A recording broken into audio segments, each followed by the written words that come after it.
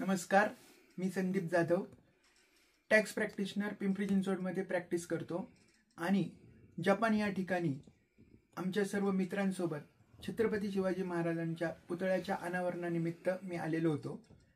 छत्रपतींच्या पुतळ्याचं अनावरण 8 तारखेला झालं आणि काल म्हणजे 10 तारखेला आम्ही काही वस्तू खरेदी करण्यासाठी जपानमधील शिनोकू या ठिकाणी गेलो.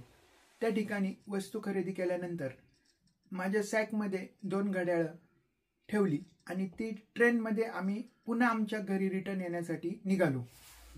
त्या ट्रेनमध्ये बसल्यानंतर एक स्टेशन गेल्यानंतर मला आले की आपण चुकीच्या दिशेने आपला प्रवास होत आहे. तर ते म्हटले की आपण ह्या स्टेशनवर नेक्स्ट स्टेशनवर उतरू आणि दुसऱ्या ट्रेननी आपण पुन्हा आपल्या ठिकाणी जाऊ.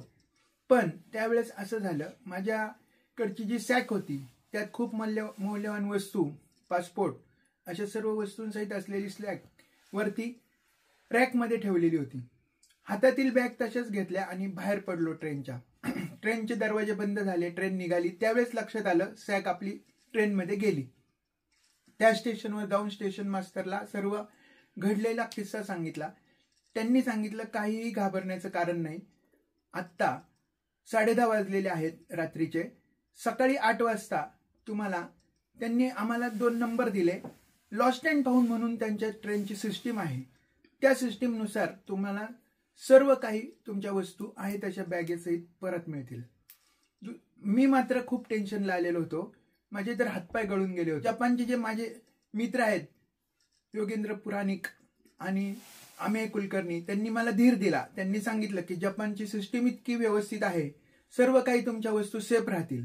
त्या लास्ट स्टेशनवर त्यांची 2 व्यक्ती येतात आणि सर्व काही रॅक वगैरे चेक करून जर कोणी साधी छत्री जरी विसरली असेल तर ते त्यांच्याकडे जमा करून घेतात आणि कोणाची तक्रार आली की ओळख पटवून त्यांना ती व्यवस्थितपणे त्यांच्याकडे सुपूर्द करतात.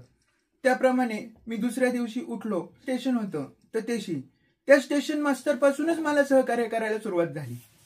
जपानी भाषा येत नसल्यामुळे त्यांनी त्यांच्याकडचा कन्व्हर्टर वापरला आणि मला इंग्लिशमध्ये समजून सांगत ज्या ज्या ठिकाणी मला अडचण येईल स्वतः माझ्या सोबत येऊन प्लॅटफॉर्मवर ट्रेनमध्ये सोडून मला आहेत जिथे ज्या स्टेशनवर माझी बॅग लॉस्ट अँड फाउंड स्टेशनमध्ये आहे, त्यांचं ऑफिस असतं लॉस्ट अँड फाउंडचं, तिथे जाऊन स्टेशन मास्टरकडून माझी ओळख पटवून घेऊन माझा पासपोर्ट, मौल्यवान वस्तू, मेडिसिन्स असलेली बॅग मला व्यवस्थितपणे माझ्याकडे सुपूर्द केली.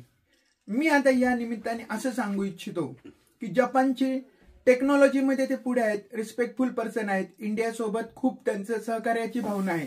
पण त्यांची सिस्टीम जर बघितली तर मी इतके वर्ष, आता 35 वर्ष प्रॅक्टिस करतोय, पण मी पहिल्यांदा असं बघितलं की आपली एखादी हरवलेली वस्तू इतकी व्यवस्थितपणे, मी त्या ठिकाणी गेल्यानंतर बघितलं की लॉकरमध्ये 3 लेबल लावून माझी बॅग ठेवलेली, जी की मी घरी पण अशा व्यवस्थितपणे ठेवत नाही.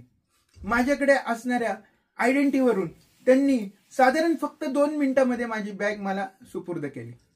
त्याबद्दल मी सर्व जपानमधील नागरिकांचे, त्यांच्या सिस्टीमचे आणि आमच्या महाराष्ट्र मंडळाचे खूप खूप कौतुक करतो आणि आभार व्यक्त करतो. आणि गंमत तुम्हाला सांगतो की हे जेव्हा आता बॅग आणायला गेले होते त्यावेळेस आम्ही फिरायला गेलो होतो आणि आमचं असं म्हणणं होतं की हे जेव्हा येतील तेव्हा यांना दरवाजा उघडा पाहिजे. त्यामुळे आमची जी घर आहे या घराला आम्ही कुलूपच लावलं नव्हतं, काहीही लावलं नाही आणि आम्ही तसंच गेलो. आमचे दुसरे मित्र आहेत गुजरातवरून आलेले, त्यांना म्हटलं आपण कुलूप नाही लावलं. ते म्हटले काय होत नाही, तर चला चला तुम्ही. आमच्या सगळ्या बॅगा आतमध्ये पडलेल्या आहेत आणि आम्ही अशा पद्धतीने बाहेर फिरायला गेलो. दरवाजा उघडाच होता, म्हणजे फक्त ओढलेला होता, बंद होता. काय शिकायचंय यातून एकच शिकायचंय की मी पुन्हा पुन्हा सांगतो की यात मी कुठल्याही देशांशी तुलना करत नाहीये, परंतु जर तुमच्यामध्ये शिस्त असेल, तुमच्यामध्ये जर एकोपा असेल, देशाबद्दल प्रेम असेल आणि काय वेगळंच आहे. तुम्ही आयुष्यामध्ये एकदा तरी जपानला येऊन अनुभवायला हवं. मी आता असंख्य देशांमध्ये फिरलो, परंतु काही ठिकाणी भीती वाटते, काही ठिकाणी जातीवाद मोठ्या प्रमाणावर असतो, तिथं भीती वाटते. पण इथे मात्र अजिबात भीती वाटत नाही. गौतम बुद्धांचा विचारांचा वारसा सांगणारा हा देश आहे म्हणून कदाचित असावं. बोलताना सुद्धा अतिशय हळू आवाजात बोलतात. मला वाटतं आपणच नम्रतेने बोलतात आणि त्याच्यात पण ते वागण्याच्या पद्धती आहेत, एकदा अजून एकदा आणि अजून एकदा. खूप जास्त रिस्पेक्ट असेल तर ते खूप खाली वागतात आणि कोणी कोणाला बोलत नाही, कोणी कोणाला कुचाळक्या करत नाही, कोणी असं चौकात गप्पा मारताना दिसत नाही.